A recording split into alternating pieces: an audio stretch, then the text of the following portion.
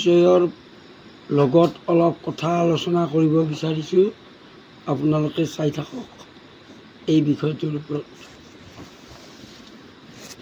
ত্ৰিকোণমিতিক পৰিচয় হৈছে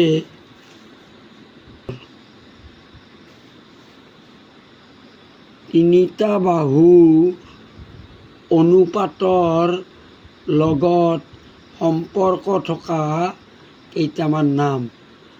এটা সমকোণী ত্ৰিভুজৰ সন্মুখৰ বাহুটোক কৰ্ণ বোলে আৰু সমকোণত বাদ দি বাকী বাহু দুটা হৈছে সূক্ষ্মকোণ। ইয়াৰে এইটো সূক্ষ্মকোণক থিতা বুলি ধৰিলে থিতাৰ সন্মুখৰ বাহুটোক লম্ব বুলি কোৱা হয়, লম্ব, আৰু তলৰ বাহুটোক কৰ্ণ বুলি কোৱা হয়। এতিয়া এই চিত্ৰটোত এই থিতা কোণ সাপেক্ষে এইডাল বাহু লম্ব, এইডাল বাহু ভূমি আৰু এইডাল বাহু কৰ্ণ। তো এই বাহু তিনিটাৰ অনুপাতৰ একোটা নিৰ্দিষ্ট নাম আছে। সেই নামকেইটাকে একেলগে ত্ৰিকোণমিতি বুলি কোৱা হয়। ইয়াত যদি আমি লম্ব আৰু কৰ্ণ বাহুৰ অনুপাতটো লওঁ, লম্ব আৰু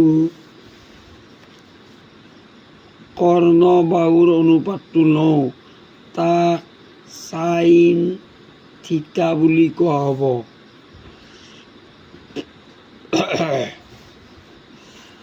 ভূমি আৰু কৰ্ণ বাহুৰ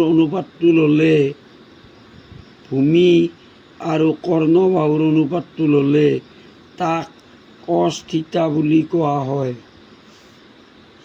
ঠিক তেনেকৈ লম্ব আৰু ভূমি বাহুৰ অনুপাতটোক টেন থিতা বুলি কোৱা হয়। এই তিনিটা অনুপাতৰ আৰু তিনিটা বিপৰীত অনুপাত আছে। যেনে ধৰক চাইনৰ বিপৰীত কোচেক। কোচেক থিতা মানে লম্ব আৰু কৰ্ণৰ অনুপাতৰ বিপৰীত, অৰ্থাৎ কৰ্ণ আৰু লম্বৰ অনুপাত, কোচেক থিতা।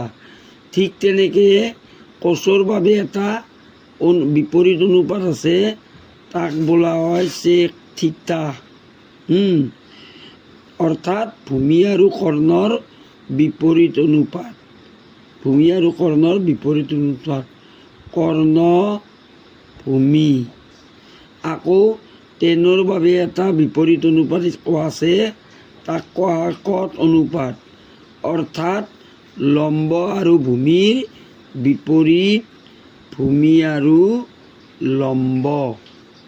গতিকে আমি পালোঁ ত্ৰিকোণমিতিৰ বাবে প্ৰথম পৰিচয় চাইন থিতা অৰ্থাৎ লম্ব আৰু কৰ্ণৰ অনুপাত, কচ থিতা অৰ্থাৎ ভূমি আৰু কৰ্ণৰ অনুপাত, টেন থিতা অৰ্থাৎ লম্ব আৰু ভূমিৰ অনুপাত, কোচেক থিতা কৰ্ণ আৰু লম্বৰ অনুপাত, চেক থিতা কৰ্ণ আৰু ভূমিৰ অনুপাত, কট থিতা ভূমি আৰু লম্বৰ অনুপাত।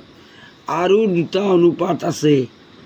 এটা হৈছে টেন থিতা অৰ্থাৎ চাইন থিতা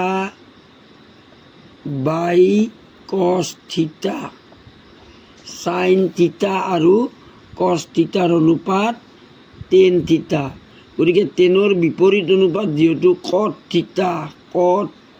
থিতা, গতিকে চাইন থিতা বাই কচ থিতাৰ বিপৰীতটো কচ থিতা বাই চাইন থিতা।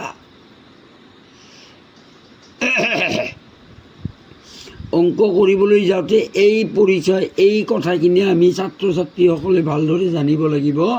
ত্ৰিকোণমিতিৰ অংক কৰিবলৈ যাওঁতে এই কথাখিনি বহুত দৰকাৰী।